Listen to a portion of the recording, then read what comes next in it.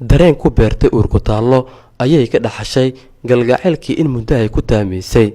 subaxdii horta iga tagay inaan jaamacadu aaday subaxdii iga tagay waa Saamiye Suleymaan Jaamac oo soogeeda Cabdiwaaxid Jibriil Afrax uu shalay galab askari ka tirsan ciidanka booliska ku dilay isgoyska Taleex ee degmada Hodan. Waxaa soo gargaraacay daaqadaha soo gargaraacay waa maqli waay marka dambe maqlay iridoo la gargaraacay waa soo kacay marka soo kacay walaashiya waxa ay dhahday hadii dhimanayo ma ogid miya maxaa dhacay markaas ay dhahday ninka dhaawac waaye miya أنا وابا نحب إسكونا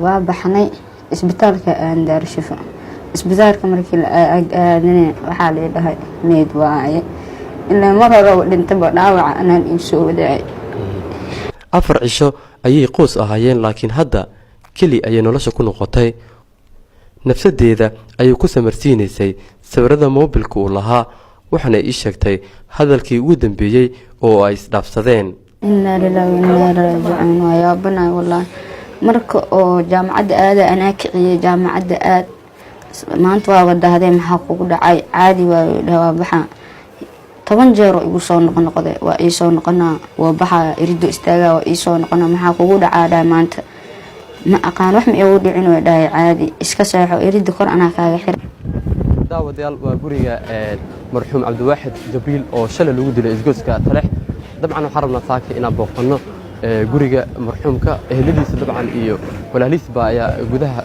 كجرة حرمنا هدينا بوقنا عن ورثنا سيدا ولعزة صداعي.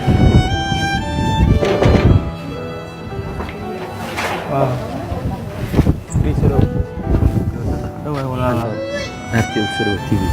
كله ولا عشان عليك ولا كويس صوب وقنا طبعا حرمنا هنا يجي ورثنا بال جودي تعسيبها كجرة. صح سيدا ولا عالي سوقي فرنا. ما يا. كان جوري طبعا مع هالكسر. جوري أبي يوجد. يا. أبي يوجد. هاي أبي هاي وجوان. صح. الله شيء إنه أرصه. ولا ميل كراس كوها. صح. ودريم كرتا حنون كأولي هاي. ميل أرصي.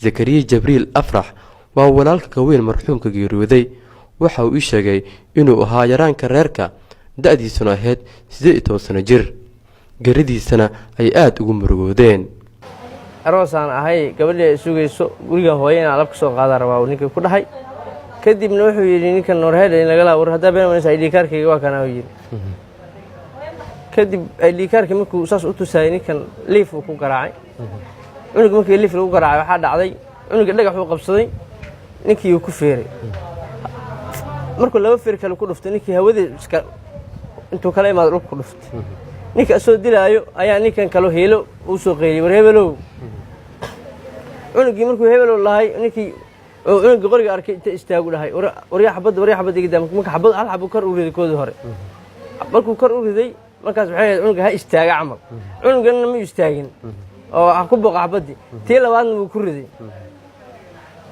horta saasuu falka u dhacay marka ma ninkii kale u wacay baa dilay ninka isdilaayeen uu dilay ma ahane nin kale gadaal ka imaado askariga ka tirsanaa hiil ahaan imaada dilay walaalkii xabad ku dhuftay ka hor inta uusan geeriyoon ayuu ii sheegay inuu ka soo baxay jaamacadda si uu u gaaro hoygiisa bajaaj uu soo kiristay ayuu saarnaa waxaana intaas kadib ay isqabteen buu yidhi askari boolis ah oo waddada Taleex gaadiidka ka celinayay deeq cali cabdi waa abtiga marxuumka geeriyooday waxa uu sheegay in laba askari ay isugu tageen kadibna ay dileen dawladda ayuu ka dalbaday in ay sharciga hor keento si cadaalad loo marsiiyo oo wiilkooda qalad lagu dilo nin askari uu dilay wiilkuna bajaaj la ma ahayne in jaamacad ka yimid oo soo rawaxay markaas soo ahaa marka dhibkaas jiro wax loo dul qaadan karana ma maalin walba nin askari intuu qof gacan kaga adag yahay hadda laba nin oo askar bay hayeen baa leeyay aanu intay qabtaan way garaaci kareen wax ka ku sameyn kareen markii lagu yimaado adoo askari in aad qori soo qaato aad dhafoorka kaga dhufato saas xaq ma aabaha iyo hooyada marxuumka murugo ayaa ka muuqatay wayna ku adkaatay inay ka soo hor muuqdaan muuqaal baahiyaha ardayda isku fasalka ahayeen ee jaamacadda wax ka baranayay ayaa qoyskiisa ku soo booqday si ay ugu tacsiyeeyaan maxamed xuseen cali oo ka mid ahaa ardada ay isku fasalka ahaayeen marxuumka ayaa ku tilmaamay qof wanaagsan oo dadaal badnaa. Mr. Tulis leeyahay wax badan isla joogin hal sano gudaheeda la sii joogay 6 bilood xamad laakiin ma sha Allah nin fiican oo ahay marka waxbarashadiisuna waxa waaye heer sare ahayd waxaanu maraysay Mr. 2 sanadka labaad oo jaamacad ahay. Allah u naxariistay marxuumka ayaa lagu aasay deegaanka Tareedisha ee dowladka Muqdisho. askariga dilay ayaa la xaqiijiyay in lagu xiray saldhigga degmada Hodan. qoyska marxuumka ayaa dalbaday in sharciga la hor keeno si cadaalad loo marsiiyo. Haajir Abduqaadir, RTN